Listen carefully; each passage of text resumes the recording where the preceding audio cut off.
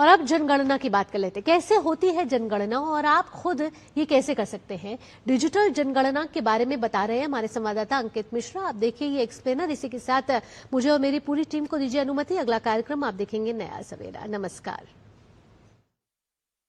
जनगणना को लेकर अगर आप परेशान हैं तो आपको परेशान होने की जरूरत नहीं है। इस खास रिपोर्ट के जरिए मैं आपको ये समझाऊंगा कि आप घर बैठे कैसे डिजिटल तरीके से डिजिटल इंडिया का सहारा लेके जनगणना का फॉर्म अपने घर ही भर सकते हैं और अपने फोन में भी भर सकते हैं। सबसे अच्छी बात तो ये है। फिलहाल मैं आपको डेस्कटॉप और फोन से कैसे भरना है मैं आपको ये समझाता हूँ कि कौन सी वेबसाइट का इस्तेमाल करना है, वो क्या पूरी प्रक्रिया है, वो आप तक पहुंचाता है। देखिए आप मेरे सामने डेस्कटॉप देख पा रहे हैं जहां पर वेबसाइट डालनी है।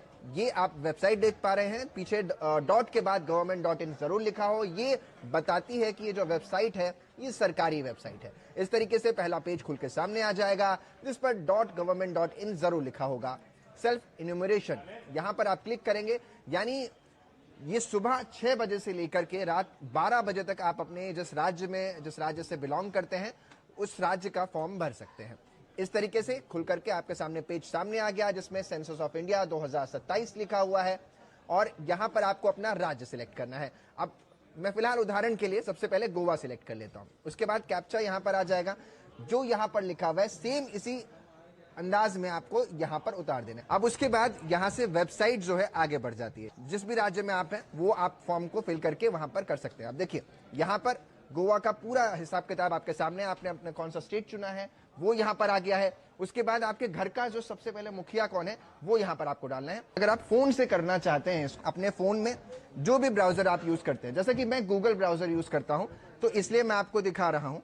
इस तरीके से पेज खुल जाता है, डेस्कटॉप आपके सामने आ जाता है। डेस्कटॉप खुलने के बाद आपको सबसे पहले जहां पर सेल्फ इन्यूमरेशन लिखा हुआ है उसको क्लिक करना है। ये देखिए आपके फोन पर भी कुछ चंद सेकंडों में ही खुलकर सामने आ गया है। अब जो सबसे बड़ा सवाल है वो ये है कि भला इस प्रक्रिया में सवाल कौन से आपसे पूछे जाने वाले हैं, क्योंकि सबसे ज्यादा डर इसी बात का रहता है। आपको कोई भी डॉक्यूमेंट सबमिट करने की जरूरत नहीं है, ना ही किसी प्रकार का बैंक से जुड़ा हुआ सवाल आपसे पूछा जाएगा कि यानी आपके बैंक अकाउंट में कितने पैसे हैं ये भी नहीं पूछा जाएगा, पिन कोड क्या है ये भी नहीं पूछा जाएगा, आधार है कि नहीं ये भी नहीं पूछा जाएगा, पैन कार्ड है कि नहीं और उसकी डिटेल क्या है ये भी आपसे नहीं पूछा जाने वाला। तो यानी अगर कोई आपसे ये पूछता है या कोई भी वेबसाइट आपसे पूछती है यानी फर्जी वेबसाइट है और ऐसी फेक वेबसाइट से आप दूर रहिए।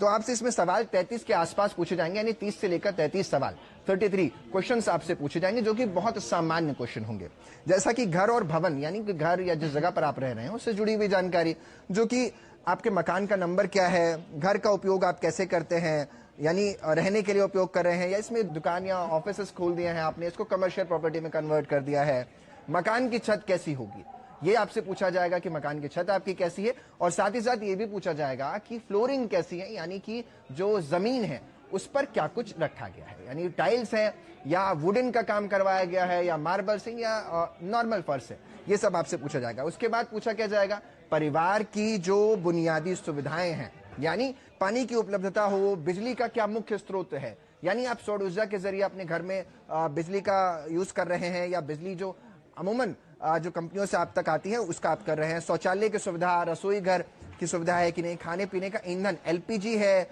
या पीएनजी पाइपलाइन के जरिए आप तक पहुंच रहा है, गैस की सुविधा या एलपीजी है, ये आपसे कुछ चुनिंदा सवाल पूछे जाएंगे। परिवार की संपत्ति, अब ये खास जो मुद्दा है वो लोगों को डरा भी देता है, क्योंकि संपत्ति के बारे में पूछा जाता है तो आपको लग भी सकता है कि कहीं ऐसा तो नहीं है कि इनकम टैक्स से जुड़ा हुआ कोई सवाल है। नहीं, बिल्कुल नहीं।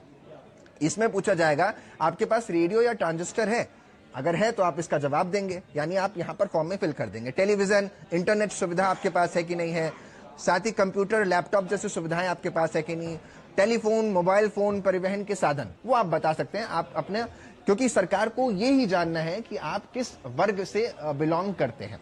और अब क्या नहीं पूछा जाएगा ये भी एक महत्वपूर्ण सवाल है जो आपको जानना आपको सबसे ज्यादा जरूरी हो जाता है।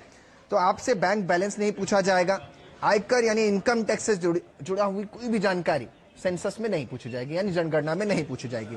अब इस पूरी प्रक्रिया को पूरा करने के बाद वो चाहे आप फोन से कर रहे हैं या फिर डेस्कटॉप पर बैठकर कर रहे हैं, जैसा कि मैं आपको मेरे पीछे आप देख पा रहे हैं, इसके बाद जब ये पूरा फॉर्म फिल हो जाता है तो आपको सबमिट का बटन क्लिक कर देना है। जैसे आप सबमिट का बटन क्लिक करेंगे आपके पास 15 अंकों का SEID आ जाएगा, यानी जैसे ये आईडी आएगा यानी आपको इसका स्क्रीनशॉट लेकर रख लेना है, सेव कर लेना है कि जब जनगणना का अधिकारी आपके घर तक पहुंचे तो उस वक्त आपको यही आईडी दिखानी है। अब आप इस जानकारी के जरिए, यानी जो आपके पास आईडी आई है 15 अंकों की, वो जब आप देंगे तो उसके जरिए आसानी से जो जनगणना का अधिकारी है वो उसको सिंक कर देगा और आपके पास आपकी प्रक्रिया आगे बढ़ जाएगी। तो इतना सरल है आपके लिए ये आप तक पहुंचाना।